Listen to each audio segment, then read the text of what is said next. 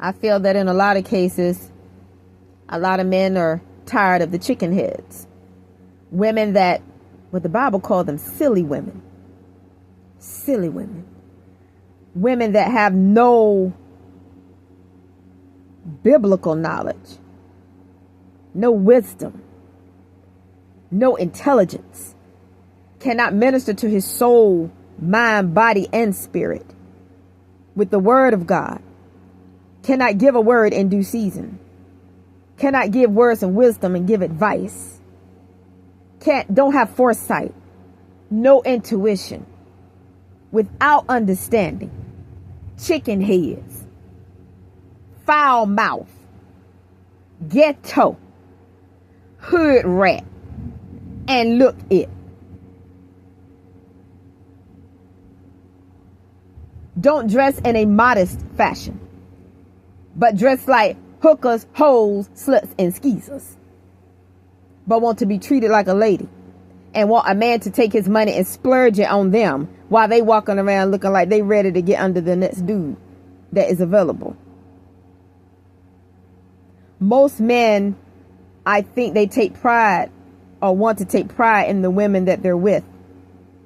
And I think a lot of men are very territorial, but I feel like men are also very jealous in the sense, in the nature, and in the fact that they don't want another man looking at what they deem as theirs.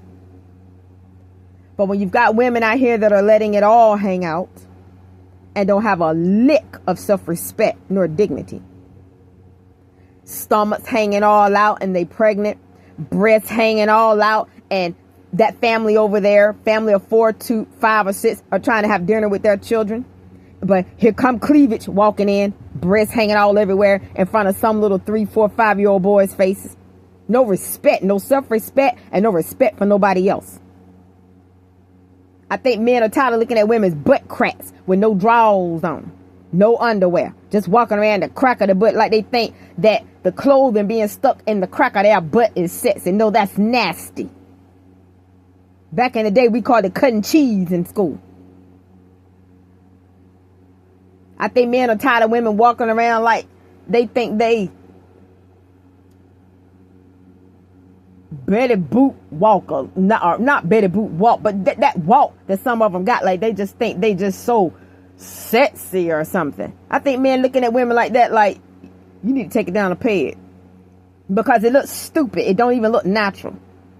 And in comparison to when men can look at how women in the 60s carried themselves with dignity and respect and still maintain and obtain and projected their femininity. But it won't this raunchy, rot looking, old, funky walk that a lot of folks got nowadays, and funky look that a lot of people got nowadays pertaining to how they dress.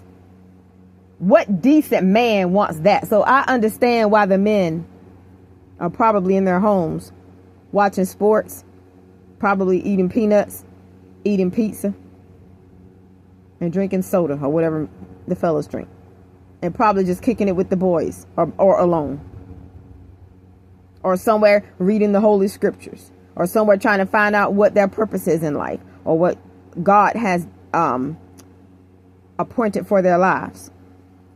I fully understand. I think men are just tired of women where they got to worry about when they go to work is another man walking through his door, climbing in his bed, screwing his woman. I think men are tired of those type of women, and I think men are fed up with women, period. That's what I think. Nobody has to agree with me, but that's what it looks like from my perspective. Because as I stroll through the internet, I listen at the things that they say in general. And no matter how much they try to communicate what they do or don't like, there'll be another video of somebody coming up asking, well, where are the men? Do you fit the image of what he would want for a wife? Are you loyal? Are you faithful? Or are you walking around looking like a coloring book, a clown, self-absorbed, high-minded for no reason, stuck up for no reason, telling him he ain't good enough, lazy, won't work, Want a man to fully take care of you while you do nothing for him. Won't cook, won't clean, won't iron his clothes, do nothing. Because let me tell you guys something out there, and I'm just talking in general in this conference, nobody specific.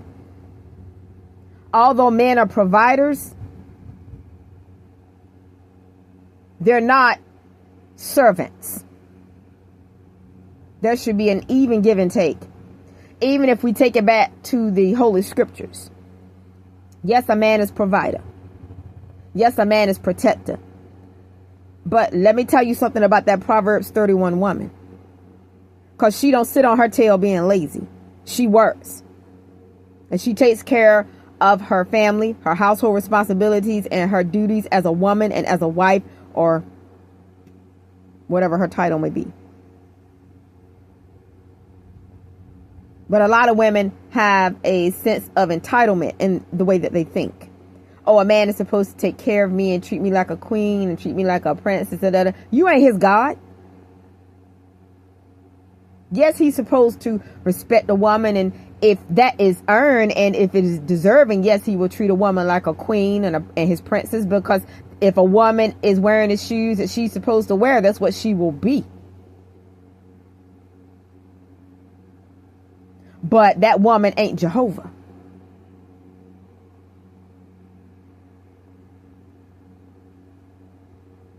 So, I mean, what else left is there to say? Ain't nobody God but God. And the way a lot of these women want these men to cater to them, and I believe every woman, almost every woman, wants a man to cater to her.